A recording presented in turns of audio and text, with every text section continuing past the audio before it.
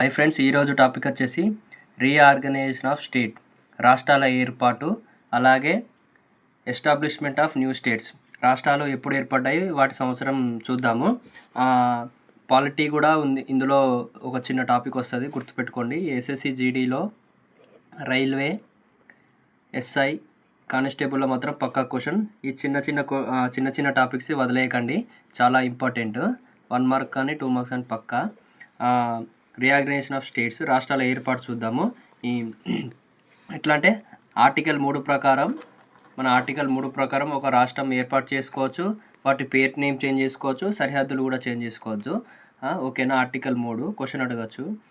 ఏ article ప్రకారం కొత్త రాష్ట్రం ఏర్పాటు చేసుకోవచ్చు, పేరు సవరణ చేసుకోవచ్చు, సరిహద్దులు సవరణ చేసుకోవచ్చు అంటే ఆర్టికల్ 3 ప్రకారం చేసుకోవచ్చు అని ఆన్సర్ పెట్టాను, గుర్తుపెట్టుకోండి. అలాగే రాష్ట్రాలు చూద్దాము ఒక్కొక్కటి. ఆంధ్రప్రదేశ్ వచ్చేసి అక్టోబర్ 1, 1953లో విభజన జరిగింది. 1953 అక్టోబర్ 1, గుర్తుపెట్టుకోండి. మహారాష్ట్ర వచ్చేసి మే 1, 1960. అలాగే మూడవది వచ్చేసి గుజరాత్, మే 1, 1960. ఓకేనా? అలాగే మేడే రోజు నేషనల్ లేబర్స్ డే కూడా జరుపుకుంటారు, గుర్తుపెట్టుకోండి. మే 1 మే డే అంటారు కదా, సో నేషనల్ లేబర్స్ డే మే 1. గుజరాత్ మే 1, 1960. ఓకేనా? నాగాల్యాండ్ డిసెంబర్ 1, 1963. ఓకేనా? అలాగే హర్యానా నవంబర్ 1, 1966. హిమాచల్ ప్రదేశ్ వచ్చేసి జనవరి 15, 1971. మేఘాలయ వచ్చేసి జనవరి 21, 1972. మణిపూర్ వచ్చేసి జనవరి 21, 1972. అలాగే త్రిపుర రాష్ట్రం వచ్చేసి జనవరి 21, 1972. ఒకే రోజు జనవరి 21 రోజు, ఒకే సంవత్సరం 1972 రోజు 3 రాష్ట్రాలు విభజన జరిగింది, గుర్తుపెట్టుకోండి. ఏ సంవత్సరం ఒకే రోజు 3 రాష్ట్రాల విభజన జరిగిందంటే 1972 సంవత్సరాన్ని గుర్తుపెట్టుకోండి. వాళ్ళ రాష్ట్రాల పేరు కూడా అడగవచ్చు, గుర్తుపెట్టుకోండి. మళ్ళీ ఇవి ఏంటంటే నార్త్ ఈస్ట్ స్టేట్స్, గుర్తుపెట్టుకోండి. ఇండియాలో నార్త్ ఈస్ట్ స్టేట్స్ 7 సిస్టర్స్ అంటారు కదా, అందులో 3: మేఘాలయ, మణిపూర్, త్రిపుర.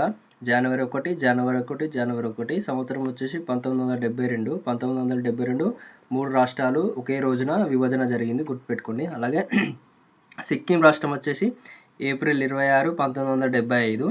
ఓకేనా? మిజోరాం వచ్చేసి ఫిబ్రవరి 20, 1987. గుర్తుపెట్టుకోండి. అరుణాచల్ ప్రదేశ్ వచ్చేసి ఫిబ్రవరి 20, 1987. గుర్తుపెట్టుకోండి. గోవా రాష్ట్రం వచ్చేసి మే 30, 1987. ఓకేనా? అలాగే ఛత్తీస్గఢ్ వచ్చేసి నవంబర్ 1, 2000 సంవత్సరం. ఇది మన ఇండియాలో 26th స్టేట్ సెపరేట్ అయింది. ఛత్తీస్గఢ్ నవంబర్ 1, 2000 సంవత్సరము, గుర్తుపెట్టుకోండి. అలాగే ఉత్తరాఖండ్ నవంబర్ 9, 2000 సంవత్సరం, గుర్తుపెట్టుకోండి.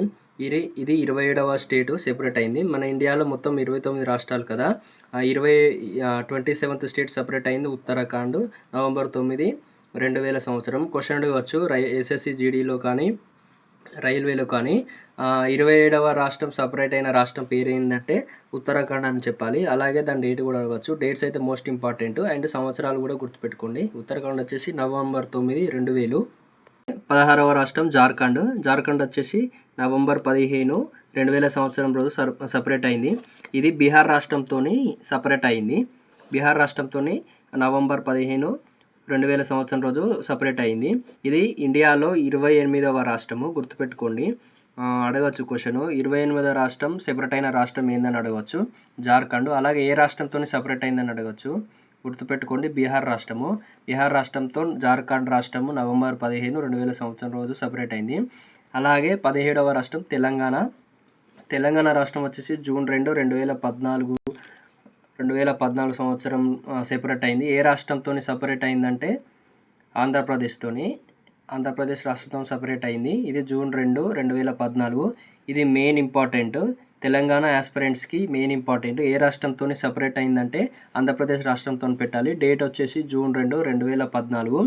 ఈ వీడియో మీకు నచ్చినట్లయితే అందరు నోట్స్ రాసుకోండి, పక్కా ఇంపార్టెంట్. ఎగ్జామ్ పోయే ముందు రోజు చూసుకోండి, చాలా ఇంపార్టెంట్. డేట్స్ మాత్రం పక్కా, డేట్స్ అడుగుతుర్రు. అలాగే సంవత్సరాలు కూడా గుర్తుపెట్టుకోండి. అలాగే ఏ రాష్ట్రం సపరేట్ అయిందని గుర్తుపెట్టుకోండి. ఓకేనా? ఇది మాత్రం ఇంపార్టెంట్.